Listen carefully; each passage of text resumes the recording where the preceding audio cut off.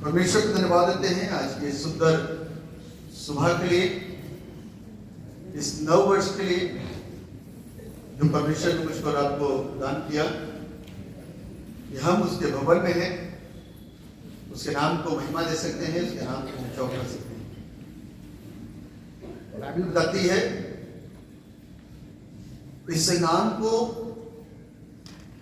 जो यीशु नाम है धरती पर आने से पहले घोषित कर दिया गया। ये तुम इसका नाम यीशु रखना। यीशु यानी कि परमेश्वर हमारे ये साथ परमेश्वर है, उसकी जिंदगी आशीषित है। और जिसकी तरफ से परमेश्वर का मुंह मुड़ गया वो निराश हुआ, वो परेशान हुआ।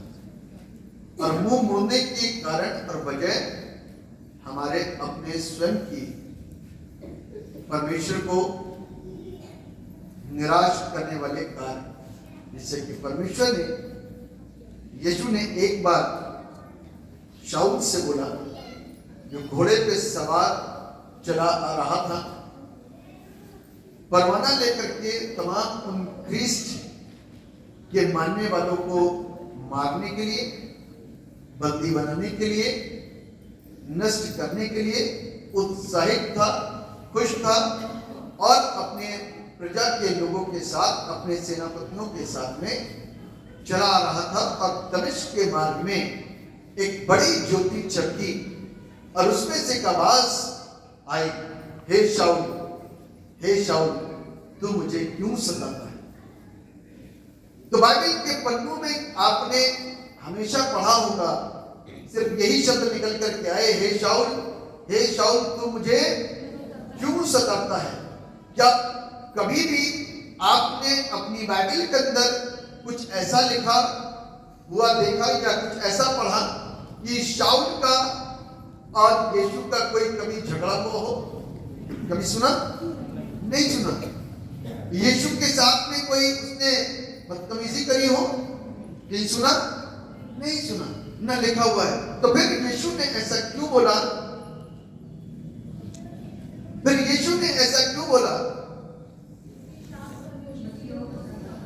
बाइबल कहती है जो इन छोटों से छोटों के साथ में मोहब्बत करता है वो मेरे साथ में मोहब्बत करता है। ये बात। दूसरी बात, क्योंकि वो यानी कि शाऊल यीशु के बढ़ते कामों के सामने एक रुकावट बन रहा था। क्या हो रहा था? यीशु के कामों के सामने एक क्या बन रहा था? रुकावट। अभी मैं पिछले हफ्ते एक जगह प्रचार कर रहा था अलीगढ़ चर्च में, बड़े अच्छे टॉपिक पर बात करने का मौका मिला। पहली बार वो टॉपिक मेरे को शेयर करने का अवसर मिला, द होली इनोसेंट डे। कौन सा था topic? The Holi innocent day. और पहली बार मुझे ये अवसर मिला कि इस विषय के ऊपर मैं प्रचार करूं। तो उसका जो बाइबल रीडिंग थी वो थी उन छोटे छोटे बच्चों के लिए जिनको राजा हेरोदेस ने क्या करा था? जल्लाद का रोल देखा था आप लोगों ने? जल्लाद ने क्या किया था? छोटे छोटे बच्चों को मार दिया। और बाइबल कहती है कि वहां रोना पीटना मच गया। राहेल अपने बच्चों के लिए विलाप करी, जिसका वर्णन यशायाह में और मत्ती में खोल करके बताया और सुनाया गया।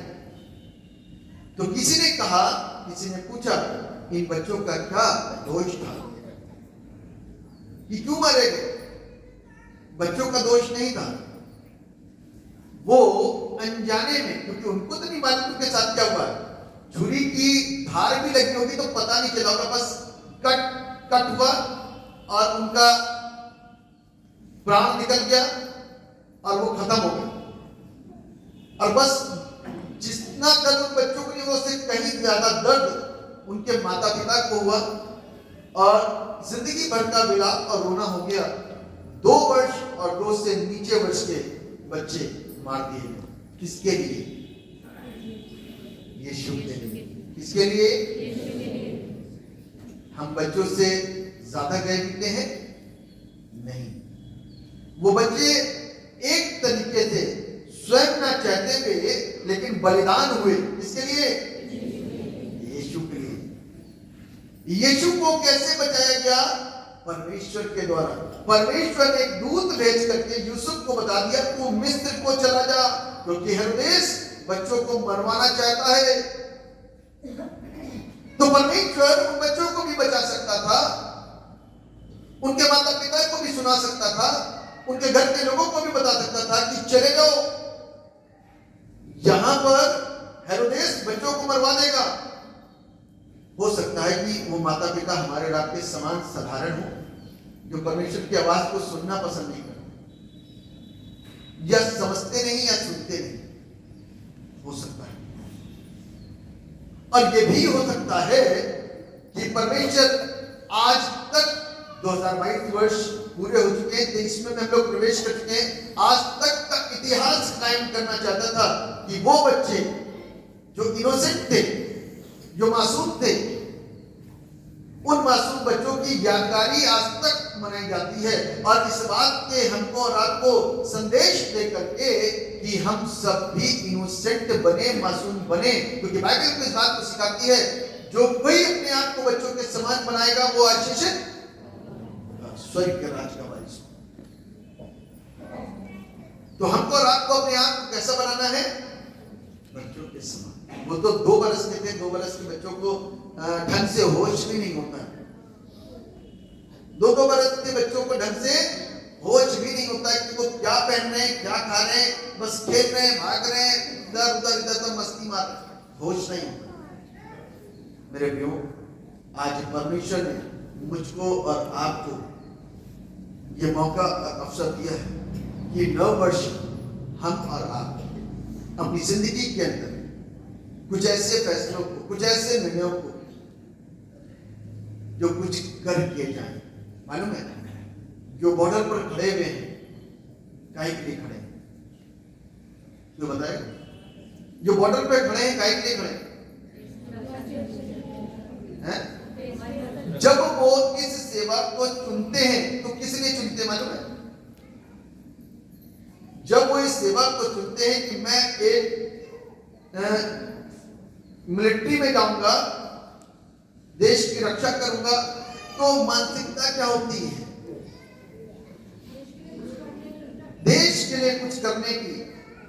और ये भी सोच लेते हैं, परिवार के लोग भी इस बात को सोच लेते हैं कहीं ऐसा ना हो कभी अचानक से कुछ हो जाए। और हमारे देश के सैनिकों के साथ में अचानक से कई बार इतने सैनिक मारे गए और मरे हैं जिसकी कोई गिनती, शहीद हुए, इसलिए ताकि हम सुरक्षित रह सके,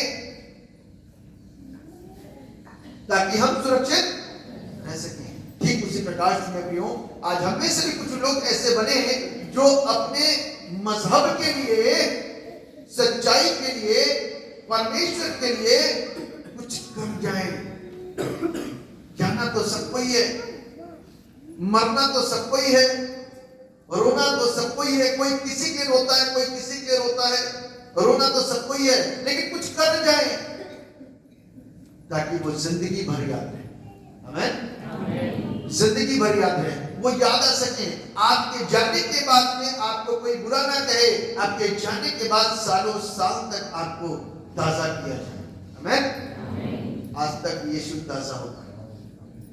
हर क्रिस्त जन्म के पावन पर्व के वक्त और दिन में आज तक यीशु मसीह ताजा होता है। आज तक यीशु मसीह का क्रूसिफिक्शन ताजा होता है। आज तक उससे जुड़े हुए और उसके कामों में हाथ बटाने वाले लोग ताजा किए जाते हैं। जॉन द बैप्टिस्ट ताजा किया जाता है। वो स्त्री जिसने तेल बना था ताजा की जाती है। ये बच्चे जिन्होंने अपने बलिदान दिया था ताजा किए जाते हैं। आज हम यीशु के साथ जुड़ करके परमेश्वर के राज्य का विस्तार किए जाएंगे, करते रहेंगे तो हम भी ताजे मरने के बाद। आमीन। परमेश्वर का कलाम हमको सिखाता है। आज इस विषय के ऊपर हम लोग वर्णन कर रहे हैं, वो है do everything in the name of the Lord Jesus. सब कुछ यीशु के नाम से करो, सब कुछ यीशु के नाम से करो। 90% चीजों के अंदर सफलता मिलेगी, 10% क्या परमेश्वर सफलता दे नहीं सकता? दे सकता है। वो कई बार मेरा और आपका इम्तिहान हो सकता है। हो सकता है कि वो कोई परीक्षा हो सकता है कि कोई हमारा कोई प्री एग्जाम हो, मेरे और आपके लिए एक मौका, मेरे और आपके लिए एक अवसर कि कैसे क्या करें। उसमें यदि हम गिर जाते हैं, हार जाते हैं, तो एक बार उठने का अवसर मुझको आपको मिलता है कि उठो, फिर से जागो और अपनी एक नई शुरुआत करो। यह परमेश्वर का प्लान है। शैतान का प्लान तो पूरा खलास करने का है, फेल तो फेल, लेकिन यीशु मुझको और आपको अपने वचन से उभारता है और आशीषें देता है। बड़े खूबसूरत से हिस्से पढ़े गए थे बाइबल में से। मैं आपके लिए एक हिस्सा पढ़ना चाहता हूं। निकाल लीजिए निर्गमन की पुस्तक, उसका 3रा अध्याय और उसके 13वें पद से। निर्गमन 3:13 यहां लिखा हुआ है, मूसा ने परमेश्वर से कहा, जब मैं इस्राएलियों के पास जाकर उनसे कहूं, तुम्हारे पितरों के परमेश्वर ने मुझे तुम्हारे पास भेजा है, तब यदि वे मुझसे पूछें उसका क्या नाम है, तब मैं उनको क्या बताऊं? आज लोग पूछते हैं कहां से आए हो, किसने भेजा है, नाम बताओ, फोन पे बात कराओ, नंबर दिखाओ, फोटो दिखाओ, दुनिया भर के आइडेंटिफिकेशन मांग लेते हैं। तब मूसा ने कहा, प्रभु ये लोग मुझसे प्रश्न करेंगे उसका नाम क्या है, कौन है, जो तू कह जा रहा है कि मुझे तुम्हारे पितरों के परमेश्वर ने भेजा है। तो वो मुझसे प्रश्न करेंगे, मुझसे पूछेंगे कि उसका क्या नाम है, तब मैं उनको क्या कहूं और क्या बताऊं? तब परमेश्वर ने कहा कि कह देना मैं जो हूं सो हूं ने तुमको भेजा है। वो सब समझ जाएंगे। आमीन। मैं जो हूं सो हूं, वो परमेश्वर जो सृष्टि करता, वो परमेश्वर जो हमको बचाने वाला, वो परमेश्वर जो हमसे प्यार करने वाला, वो परमेश्वर जो हमारी परवरिश करने वाला, वो परमेश्वर जो हमारे 40 साल तक हमारी हिफाजत करता रहा, वो परमेश्वर जिसने मुंह से जो निकाला वो हो गया, उस परमेश्वर के लिए सिर्फ इतना कह देना, मैं जो हूं सो हूं ने तुमको भेजा है, वो मानने। मेरे प्रियो, आज हमारे परमेश्वर की इतनी वक़्त है कि उसका नाम चलता है। आमीन। प्रभु आता है क्या कुछ करने के लिए? प्रभु को उतरते देखा आपने? किसी ने देखा उतरते हुए? प्रभु का नाम ही सब कुछ करता है। आमीन। क्या करता है? बोल सकते ना, प्रभु का नाम ही सब कुछ करता है। एक ही नाम दिया गया। आज इस विषय के ऊपर हम लोग मनन कर रहे हैं। बच्चा जब पैदा होता है ना, तो एक नियम था कि 8वें दिन उसका नामकरण हुआ करता था। क्या होता था? आज 25 दिसंबर के बाद में 8वां दिन है और यीशु मसीह के नामकरण का दिन है। और माता पिता लेकर के आए गोद में इस बच्चे को और बोला कि इसका नाम रखो। तब बोला कि नाम क्या रखा जाए? कहा कि इसका नाम यीशु रखना है, इमैनुएल रखना है, जिसके नाम का अर्थ है परमेश्वर हमारे।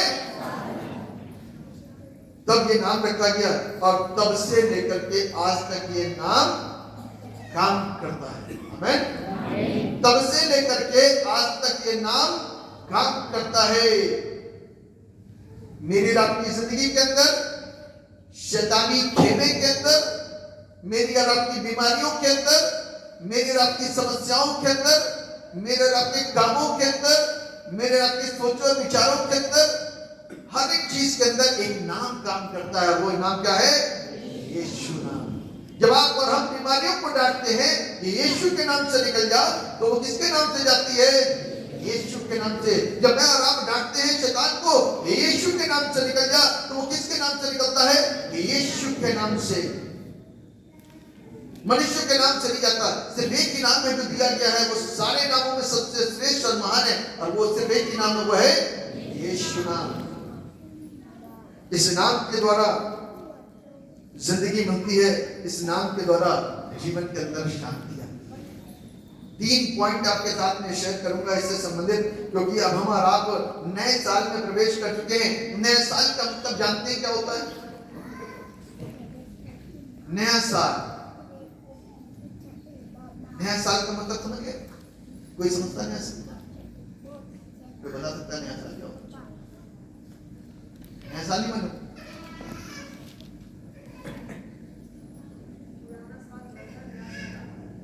नया साल आ गया, कैलेंडर चेंज हो गया, सिंपल सी बात है। इतना कठिन क्यों बना दिया आपने अपने सोचो विचारों के अंदर?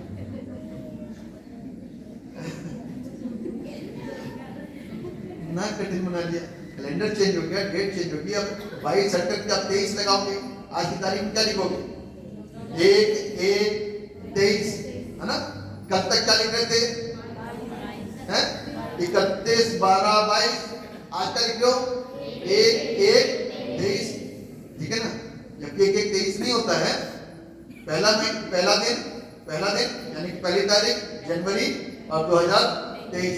तो हम और आप कैलेंडर के साथ में नव वर्ष में प्रवेश कर चुके हैं। ये पहला दिन है इस साल का, और पहले साल की पहली आराधना हम और आप 2023 की पहली आराधना को चर्च में बैठ करके कर रहे हैं। ये मेरे और आपके लिए बड़ी मुबारक की बात है कि हम जिंदा हैं। मानते हैं इस बात को कि हम जिंदा हैं? दुख की बात ये होती है कि जब हम इस साल को कई बार बीच रास्ते में छोड़ करके जाते हैं, यानी कि जून जुलाई में आधे साल, कोई शुरुआत में छोड़ता है, जनवरी फरवरी मार्च अप्रैल, पूरा साल है, मालूम है 365 दिन है। 365 दिन एक नाम मेरी और आपकी हिफाजत करता है, मुझको और आपको प्रोटेक्ट करता है, संभालता है।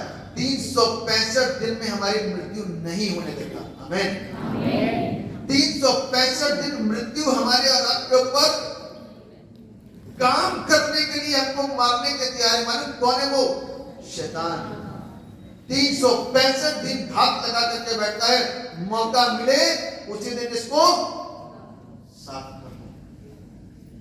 दो प्रकार की मृत्यु, एक मृत्यु स्वाभाविक यानी कि हम और आप देखेंगे नहीं, दूसरी मृत्यु आत्मिक जिसमें कि हम और आप परमेश्वर के पास आएंगे नहीं। ये घात कौन लगा करके बैठा हुआ है? शैतान। कौन है? ये शैतान मुझको और आपको भाव खाने वाले भेड़िए के समान तैनात रहता है मेरे और आपकी जिंदगी के सामने। जहां से करी हल्की सी भूल वहीं हुई थोड़ी सी चूक, और जहां हुई चूक वहीं शैतान ने हमको दिया 2 टूक, यानी कि खत्म कर दिया। या तो आत्मिक जिंदगी हमारे समाप्त कर दी एक झटके के अंदर, या हमारा शारीरिक जीवन समाप्त कर दिया एक झटके के अंदर। परमेश्वर को धन्यवाद दो, 365 दिन परमेश्वर ने हमारी हिफाजत की। कितने दिन? धन्यवाद दिया कल रात में? ये तुमने दिया? सच बोलना, सबके हाथ जबरदस्ती नहीं उठने चाहिए। हाँ, हम लोगों ने कल रात में दुआ करके हमने धन्यवाद दिया परमेश्वर को। जी जी जी, वेरी गुड वेरी गुड। हाँ, आज के दिन झूठ नहीं चलेगा, सच्ची सच्ची बातें बोली जाएंगी। This is the time to give thanks. ये परमेश्वर को धन्यवाद देने के लिए। 365 दिन के अंदर एक भी दिन चूक होती तो मृत्यु मेरे और आपको घेर चुकी होती, या तो स्वाभाविक या फिर आत्मिक। आज हम सुरक्षित हैं। अपनी आत्मिकता को भी एक बार फिर से उठा सकते हैं। शैतान घबरा के होगा, नए साल में प्रवेश कर दिया, एक बार फिर से जोर से इन्होंने हालेलुया का नारा मार दिया, एक बार फिर से इन्होंने प्रेज द लॉर्ड बोल दिया, एक बार फिर से इनके पादरी साहब ने या क्वायर ने या किसी ने या वचन पढ़ने वाले ने या गवाहियां देने वाले ने एक बार फिर से इनको पुश करके उत्साहित कर दिया, उठ जा, खड़ा हो जा, गिर पड़ा तू। तो फिर से बंदे उठ के खड़े हो गए, अरे गलती हो गई। लेकिन मृत्यु जो स्वाभाविक हो गई उसका तो कुछ नहीं हो सकता है। आत्मिक होकर के मरा हो तो स्वर्ग के राज्यों में मिलेगा, और हो सकता है पाप की दशा में मरा हो तो ये बड़े दुख की बात है। शैतान के लिए खुशी की बात होगी कि उसकी प्रजा में एक और बंदा बढ़ गया, लेकिन परमेश्वर के लिए दुख की बात होगी कि उसकी प्रजा में का एक आदमी शैतानी लिबास पहन करके शैतानी खेमे में चला गया। ये दुख की बात होगी परमेश्वर के लोग। मेरे प्रियो, नए साल के अंदर अपने और आप में प्रवेश करो, नई सोच के साथ, नए विचारों के साथ, नए काम करने की कामनाएं, नई दौड़ दौड़ने की ये योजनाएं आज मैंने और आपने बनाई है। सोचो कि आज पहला दिन है और आज से मेरी और आपकी दौड़ शुरू हो गई। कब तक के लिए? पूरे साल तक दौड़ेंगे ना? शाऊल के समान? किसके समान दौड़ेंगे? हैं? शाऊल तो सताता था, पौलुस के समान, है ना? पौलुस के समान। सोचो जरा, शाऊल बुरा नहीं था, एक ही बार के अंदर कहना मान लिया था। माना था कि नहीं माना था? बाइबल को पढ़ने वाले लोग समझो, एक बार के अंदर शाऊल ने यीशु की आवाज को सुनकर के कहना माना और 3 दिन तक कैसा रहा? अंधा। कैसा? पड़ा रहा नीचे जमीन में बेसुध, और परमेश्वर उससे बात कर रहा है। तब जब आंखें खुली ना, आंखें खुली तो वो संसारिक चश्मा हट गया, एक आत्मिक चश्मा उसके ऊपर आ गया।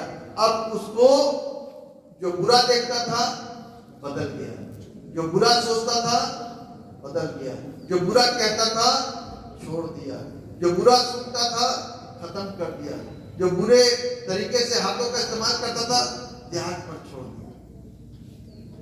एक नया शाऊल जिसको नाम दिया गया, एक नया शाऊल बन गया। पौलुस तो नाम बाद में मिला, थोड़ी देर के बाद में मिला।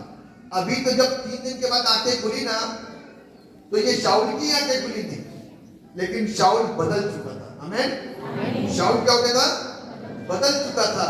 अब पौलुस तो थोड़े दिनों के बाद में नाम मिला, इसको एक संज्ञा मिली, पौलुस आज से तू अन्य जाति का सबसे बड़ा, सबसे पहला प्रेरित कहलाएगा। थोड़े दिनों बाद, लेकिन अभी तो शाऊल ही चेंज हुआ है ना। एक बार की डांट से, एक बार घोड़े से नीचे जैसे ही गिरा वैसे ही तुरंत चेंज हो गया। 3 दिन तक अंधा रहा, बेसुध रहा, लेकिन परमेश्वर ने बात करी, बदल गया। परमेश्वर तो हमसे भी बातचीत करता है, परमेश्वर तो हमसे भी। तो हमारा कैसे कह रहे हैं शाऊल के समान? शाऊल को तुरंत छोड़ दिया आपने, तुरंत पौलुस पर आ गए, तुरंत शाऊल को छोड़ करके पौलुस, क्योंकि शाऊल तो बुरा लग रहेगा, सताता था। तुरंत पौलुस जाके क्योंकि अच्छी अच्छी चीजें ग्रहण करने कहते थे। तो हम तो रात पूरे साल भर वचन सुने, लेकिन कहीं आज भी चूक कर जाते हैं। साल के अंदर बहुत सारी चीजें आती हैं, है ना? साल के अंदर बहुत सारी चीजें आती हैं जिसमें शैतान मेरे और आपकी जिंदगी के ऊपर कब्जा बनाने की कोशिश करता है, जहां पर शैतान मेरे और आपके द्वारा चूक करने की कोशिश करता है, जिसमें हम और आप चर्च में आके कहते हैं पादी साहब अब की नहीं होगा, यही तो बोलते ना, अब तो हो गया लेकिन आगे से नहीं होगा। इस चीज के प्रण करिए, इस चीज के फैसले। नया साल आ चुका है, नए साल के अंदर तब्दीलियां और बदलाव आने आवश्यक है। यदि ले आए तो इस बात को मैं आज आपके सामने बोल रहा हूं कि अगले साल आप एंड के समय में और 2024 के आरंभ में आप बड़ी गवाहियों के साथ में मैं आपको विश्वास के साथ में इस बात बोल रहा हूं कि अगले साल आप बड़ी गवाहियों के साथ में खड़े होंगे। जो चीजें आप इस साल जो चला गया नहीं कर पाए ना, उस सारी चीजों को इस साल जो आ गया इसमें प्राप्त, लेकिन तभी जब आप उसकी आज्ञा के प्रति पाबंद बने रहोगे। उसकी आज्ञा का पालन करना ही तो कठिन है। उसकी आज्ञा का पालन करना कैसा है? इस कठिन काम को हमको और आपको करने की जरूरत है। पूरे साल भर आप कठिन काम करोगे, अंत में मिठास प्राप्त करोगे परमेश्वर की। आमीन। तो मैं आपके साथ कुछ बातों को शेयर करना चाहता हूं। परमेश्वर का पहला पॉइंट है, परमेश्वर का ये वाचा है, ये प्रॉमिस है, ये वायदा है कि वो हमारे साथ में है।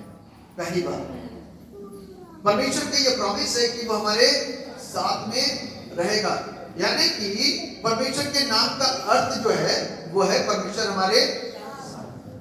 अब हम और आप कितने लोग विश्वास करते हैं कि परमेश्वर मेरे और आपके साथ में रहेगा? विश्वास करते हैं? विश्वास करते हैं? वो हमारे साथ में रहता है और रहेगा। एक गीत है, मुझे एग्जैक्ट अभी बोलने आ रहे, बुलाने वालों के संग में वो आएगा। यदि आज हम और आप उसको आवाज देंगे ना, अपने मुंह से उसको आवाज देंगे, उससे प्रार्थना करेंगे, प्रभु यीशु मेरे जीवन में आइए, मैं अपने हृदय का द्वार खोलता हूँ और मैं स्वार्थी हूँ, क्योंकि मुझे ये बताया गया, कलाम में मैंने सीखा है कि मुझे आपके वचन की आज्ञा का पालन करना है और आपके द्वारा आपको क्या मिल सकता है, क्या प्राप्त हो सकता है, इस चीज को जान गया हूँ। इसीलिए मैं अपने हृदय के द्वार को आपके लिए खोलता हूँ और आपको अपने जीवन के अंदर आमंत्रित करता हूँ, क्योंकि आपके आने से वो चीजें जो नहीं हो पाती थी वो होनी शुरू हो जाएंगी। इसे लालच है, दुनिया के अंदर लालच है। एक छोटा सा लालच, आत्मिक लालच कर लो। दुनिया लालच के साथ में तो काम करती है, हर चीज में लालच छिपा हुआ है। थोड़ी सी लालच कर लो प्रभु के साथ में, प्रभु मैं आपसे इस बात को बोलता हूं कि आप मेरे जीवन में आइए, मैं अपने हृदय के द्वार को खोल रहा हूं, क्योंकि आप आओगे तो मुझे स्वर्ग मिलेगा, आप आओगे तो मुझे अनंत जीवन मिलेगा, आप आओगे तो मेरा उद्धार होगा, आप आओगे तो मैं बचा रहूंगा, आप आओगे तो शैतान की ताकतें छू नहीं पाएंगी, आप आओगे तो शैतान के वार काम नहीं कर पाएंगे, हम देख नहीं पाएंगे, ऊपर ही ऊपर सारा मामला साफ हो जाएगा।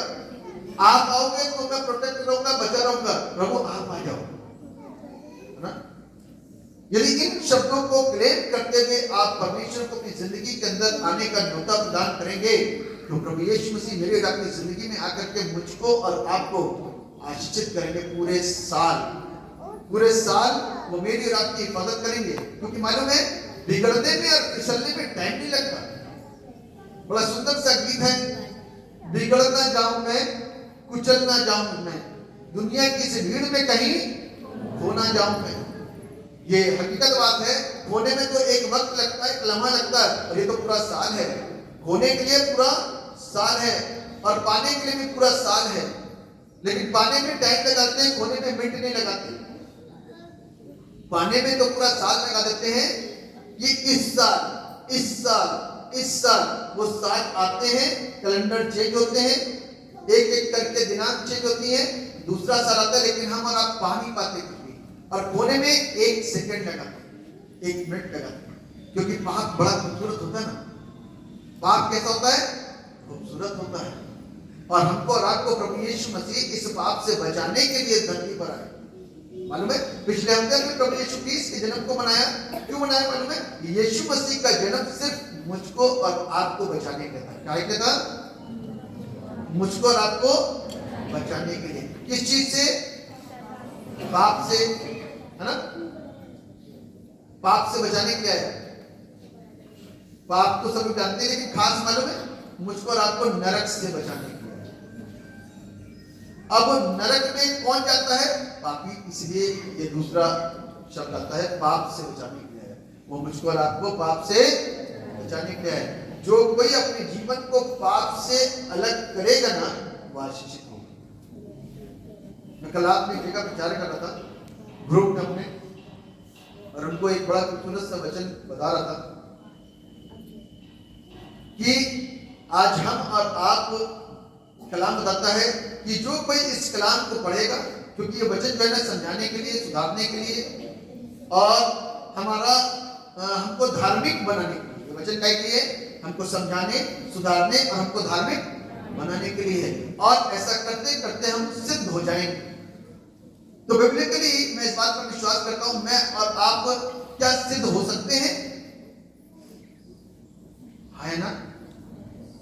जोर से बोल सकते हैं हाँ है ना जी। कैसे सिद्ध होंगे? सिद्ध का मतलब जानते क्या होता है? सिद्ध का मतलब जानते क्या होता है? सिद्ध कौन है? क्या हम उसके बराबर हो सकते हैं?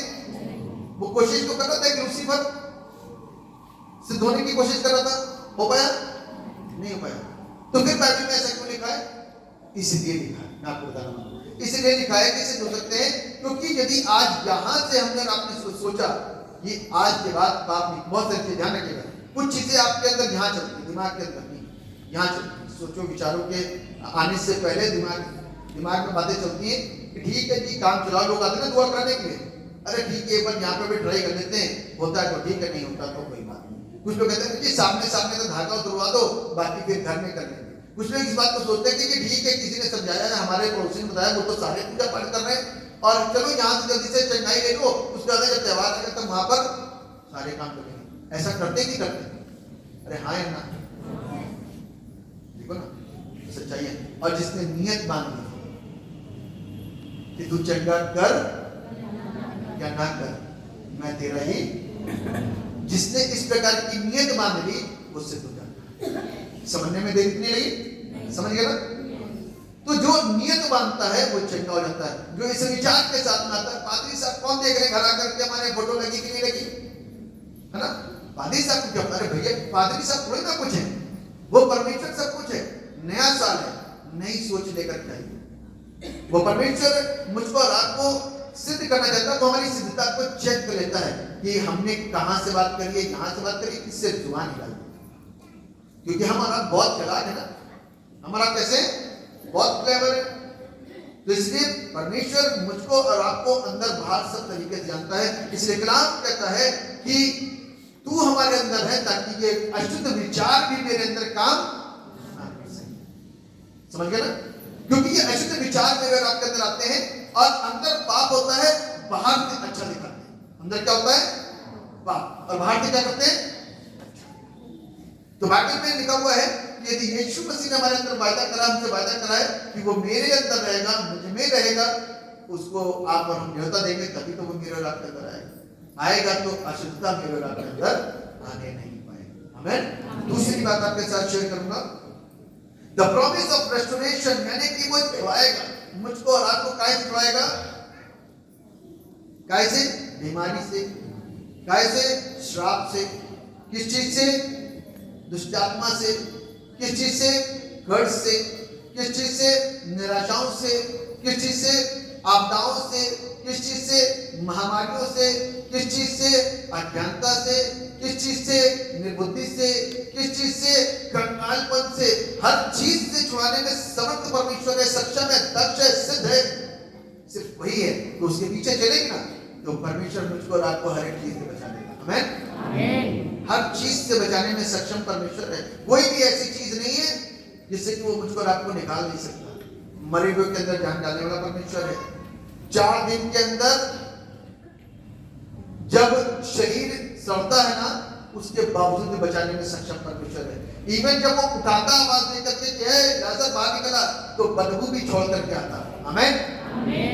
शरीर सड़ रहा होता है, वापस से सिमटता है इतनी देर के अंदर, क्योंकि परमेश्वर के नाम की आवाज चली गई, यीशु ने आवाज दी, तो वो लाजर को अंदर अंदर सबर रहा होता ना, सिस्टम अंदर अंदर गल रहा होता है, चींटियां लग गई होती है या कुछ भी गलना शुरू होता है या पानी फेंक रहा होता है शरीर, उसी समय आवाज सुनते ही सारा सिस्टम सही होता है, क्योंकि क्रिएटर आवाज दे रहा है। आमीन। हर चीज से छुड़ाने में सक्षम है वो परमेश्वर। अर्धी जा रही है, मां रो रही है, उसके बेटे के अलावा उस मां का कोई है ही नहीं। प्रभु यीशु को रास्ते पर चलते हुए उस स्त्री को देख करके क्या हुआ? तरस आया। बाइबल क्या कहती है? उस पर उसने तरस खाया और उसके रोते में आंसू को उसने क्या करा? होश डाला। उसने अर्थी को छुआ, लड़का उठ करके बैठ गया। मतलब बैठ गया। ठीक है ना? याईर की बेटी मर गई थी, सारे घर वाले परेशान थे, भीड़ बाहर लगी हुई थी, कुछ दरवाजे का घर के अंदर थे, कुछ घर के बाहर थे। आए बेचारे एक लड़की मर गई, ऐसे ही बोलते ना लोग, अरे जवान थी, पता नहीं कैसे क्या हुआ, अचानक से ही हो गया। यीशु मसीह अंदर घुसा घर के अंदर और बाहर वालों को बाहर भेज दिया, अंदर वालों को रोक कर रखा, माँ बाप को रोक कर रखा, रुक जाओ रुक जाओ। यीशु मसीह ने उसको आवाज दी, तलीता कुमी, उठ गई और क्या हो गया? जान आ गई उसके शरीर के अंदर। और क्या बोलता वो? अरे तो सोती है मुर्दा नहीं। आमीन। ये तो सोती है मुर्दा नहीं है। लोगों के दिमाग घुमा दिए जीवन देकर। झोले का मारे को लेकर के आया, छत फाड़ करके नीचे उतारा गया, चंगा कर दिया। सिर्फ शरीर चंगा नहीं करा, उसकी आत्मा को, उसके पापों को भी क्षमा कर दे। जा आज से तेरे पाप भी क्षमा हुए। आमीन। इतना ही नहीं, कोड़ियों को जो पहाड़ों के पीछे रहा करते थे, उनको ऊपर हाथ रख करके उनको चंगा कर दिया, वो कोड़ी चंगे हो गए। आमीन। दुष्ट आत्मा ग्रस्त, जो कितने साल से दुष्ट आत्मा में ग्रस्त था, उस बंदे को उठा करके खड़ा करा। किसी को दौरा आता था, किसी को कुछ समझ जाती थी, किसी को कुछ समझ आती थी। यीशु मसीह ने उनको क्या कर दिया? जीवन दे दिया, चंगा करने में, बचाने में महारत हासिल है। आमीन। क्योंकि अधिकारी है वो, अधिकारी है इस शरीर का। आमीन। अधिकार है उसका सब चीज के ऊपर। सारी चीजें उससे थरथराती और कांपती और डरती और भागती हैं। पुराने पुराने श्राप मिट जाते हैं, पुराने पुराने रोग चले जाते हैं। 38 साल कोई बीमार है, बीमारी के बिस्तर में 38 सालों से पड़ा है, तो सोचो कि बेडसोल हो गए होंगे, बड़ी बीमारियां लग गई होंगी, शरीर सड़ने और गलने लग गया होगा। कोई उठाने वाला नहीं, कोई बचाने वाला नहीं, कोई वहां तक पहुंचाने वाला नहीं, लेकिन यीशु स्वयं आकर के उसको क्या कर गया, पहुंचा गया। उस स्त्री से कहा जाए तेल को बेच, तेरा कर्ज हट जाएगा। कर्ज भी मिटा दिया उसने। आमीन। क्या नहीं कर सकता? बाइबल बोलो, परमेश्वर क्या नहीं कर सकता? उस परमेश्वर के नाम को लोग, परमेश्वर का नाम मेरे आपकी जिंदगी के अंदर होना बहुत जरूरी है, क्योंकि वो मुझको और आपको छुटकारा देने में सक्षम परमेश्वर है। और तीसरा point, the promise of peace. The promise of peace यानी कि शांति का राजकुमार मेरे और आपके अंदर जब आता है ना, तो शांति रहती है। क्या रहता है? शांति रहती भी नहीं रहती है। कितनों के जीवन में शांति आ गई? गलत बात मत करिएगा, हैं? ये शांति प्रभु यीशु मसीह जब मेरे आपकी जिंदगी के अंदर देते हैं, तो अद्भुत शांति। आप और हम झूठ नहीं बोल सकते। यदि शांति आ गई है आपके शरीर जीवन के अंदर, तो बार बार तेल पानी लेकर के क्यों खड़े होते हो? बार बार हर संडे पादी साहब मेरे लिए, मेरा पति घर में रह गया, बच्चे घर में रह गए, जानवर वहां रह गया, हर बार पादरी साहब हाथ रख दो, हैं? यही वाली शांति आई है? झूठ के साथ में, झूठ का सहारा लेकर के काम किया। शांति आने से आपको तसल्ली होती, संतुष्टि मिल जाती है कि परमेश्वर ने आपकी जिंदगी को कैसे आशीषित करा। उसमें निराशाएं नहीं होती, उसमें दुख नहीं होती, उसमें पीड़ा नहीं होती है। मालूम है? शांति का तजुर्बा आपके पास में है? मैं आपको बता दूं, जो गीत अभी बनाया है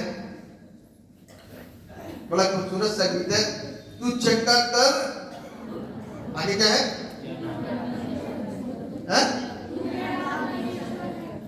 तू चंगा कर या ना कर, तू मेरा परमेश्वर है। ये शांति के साथ जिसकी जिंदगी के अंदर शांति आ गई ना, उसको तजुर्बे मिल गए। तू चंगा कर या ना कर, तू मेरा ही। ऐसा फैसला किसने लिया? ऐसा फैसला किसने लिया? धीरे धीरे हाथ करो। अब देख लो पलट के किसने किसने हाथ खड़े कर, फिर सबने करो। तू चंगा कर या ना कर। आप परमेश्वर के पास में कैसे आते हैं? कंडीशन अप्लाई करके। कैसे आते हो?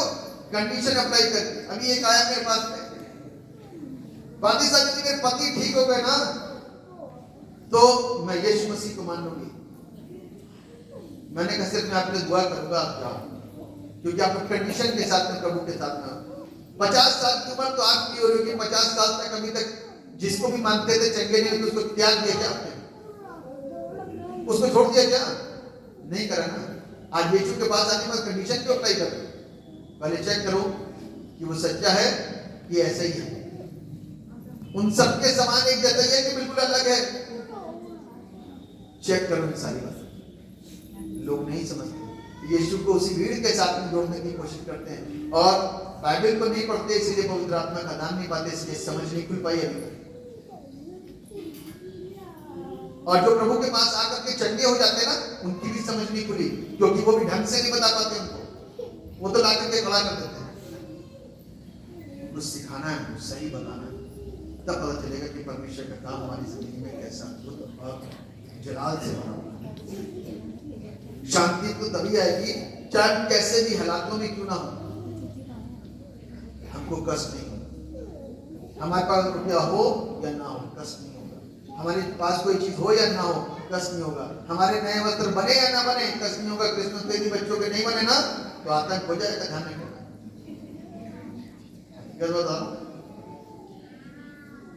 त्योहारों पे, बर्थडे पे यदि नहीं हुआ ना, तो एक तबाही हो जाएगी, क्योंकि ट्रेंड नहीं है वो।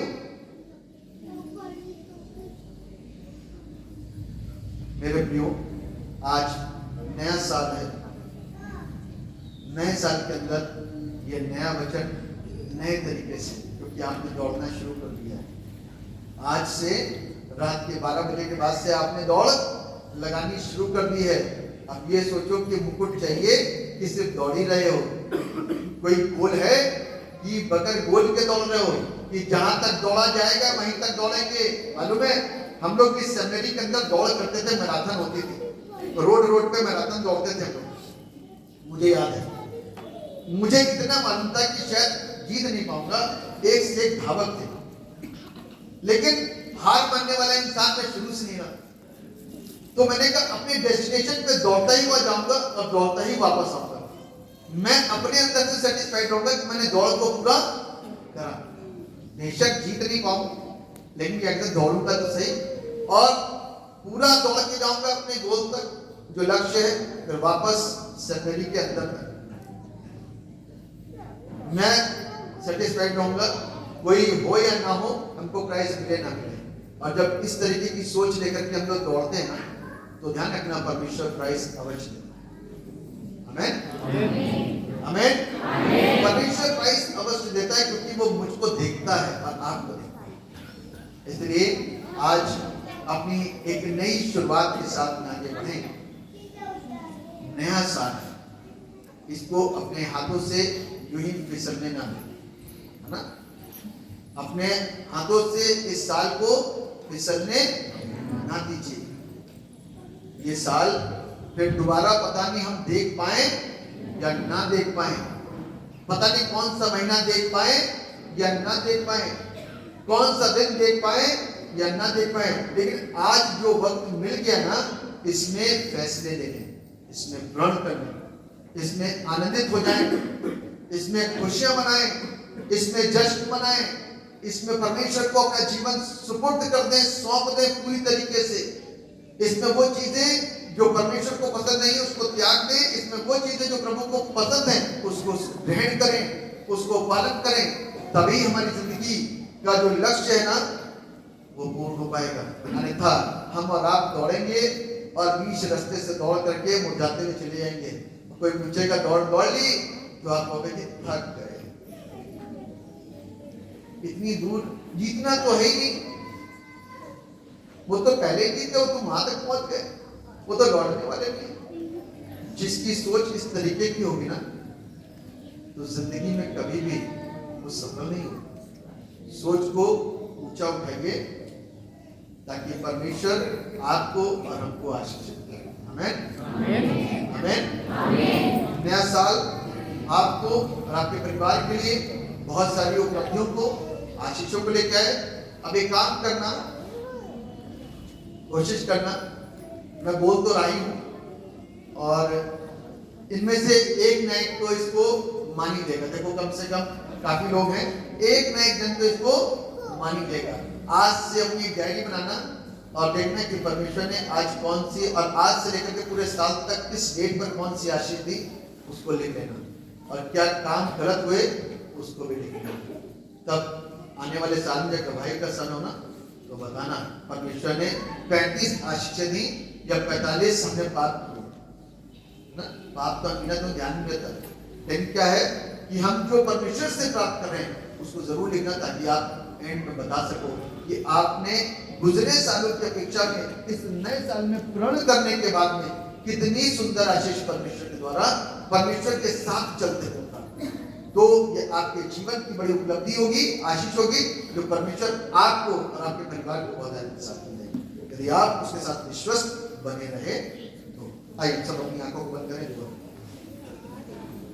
जीवित और समर्थी पिता परमेश्वर, हम आपको धन्यवाद देते हैं आज के इस नव वर्ष की सुंदर आराधना के लिए, संगति के लिए, वचन के इस भाग के लिए, जिसमें कि आपने मौका और अवसर दिया कि प्रभु हम आपके नाम को महिमा दें, आपकी तारीफ करें, आपकी प्रशंसा करें।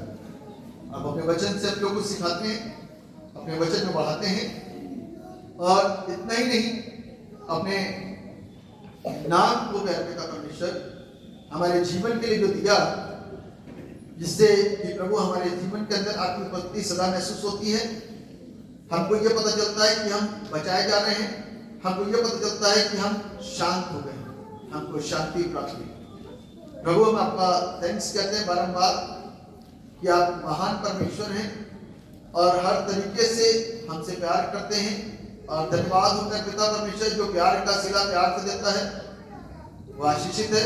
और जो इस प्यार को नहीं समझता तो प्रभु 9 वर्ष में इस प्यार को जो परमेश्वर आपने हमसे किया इसको समझने पाए। और आपके नाम को धन्यवाद है। सब बातों में आपके नाम को महिमा देते हुए इस दुआ को उद्धार करने वाले एकमात्र जीवित समर्थी प्रभु यीशु नासरी के नाम लेकर के मांग लेते जैसे सुने और कबूल करें। आमीन।